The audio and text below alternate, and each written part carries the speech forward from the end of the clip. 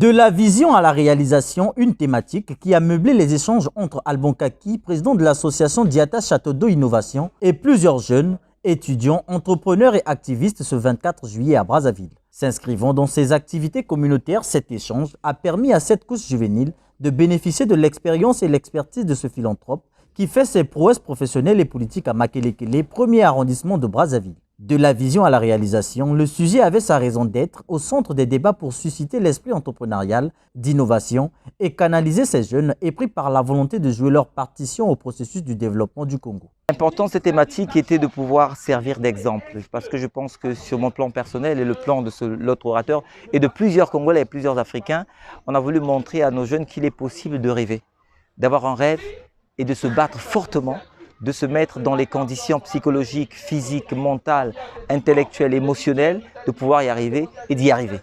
Donc c'est vraiment pour servir d'exemple, pour faire aussi que eux, dans leurs différents rêves, dans leurs différentes volontés, dans leurs différentes envies, qu'ils se disent qu'il est possible de rester, de se battre contre un environnement, de se battre contre une situation extérieure ou intérieure et de pouvoir avancer. Partant de son expérience professionnelle, communautaire et aussi politique, Alban Kaki a livré à ces jeunes les astuces leur permettant de concrétiser un projet de vie.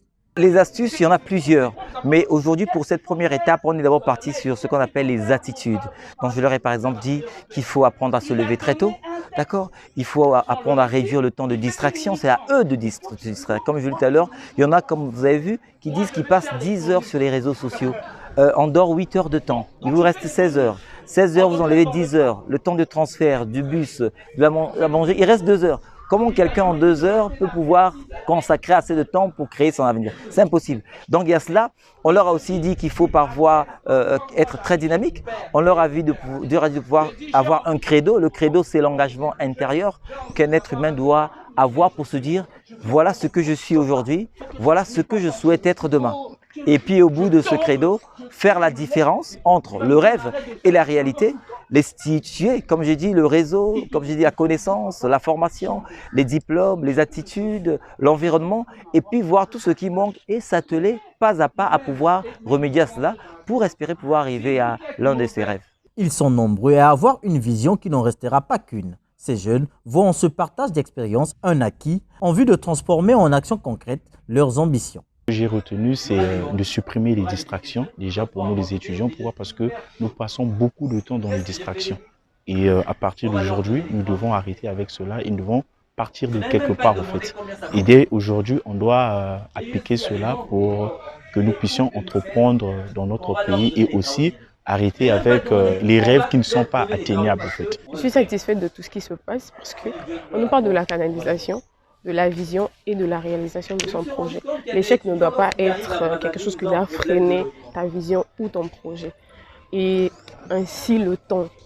Arrêtons la distraction parce que c'est quelque chose qui nous prend plus de temps au lieu de réfléchir sur notre rêve. Il faut croire qu'il a mis une graine de base au fond de nous parce que tout ce qu'il a pu déballer aujourd'hui, ça nous a permis à comprendre quelque chose qu'on n'avait pas encore.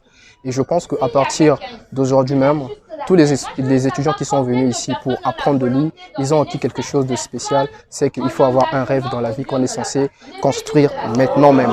Dans sa veste de politique, candidat en ballottage favorable dans cette circonscription électorale, Alban Kaki a partagé à ces derniers sa vision politique axée sur le modèle participatif. La soif d'apprendre reste pendante. Ces étudiants ont émis le souhait de voir de telles initiatives se pérenniser. Il est mieux que tu sortes de fermer parce que...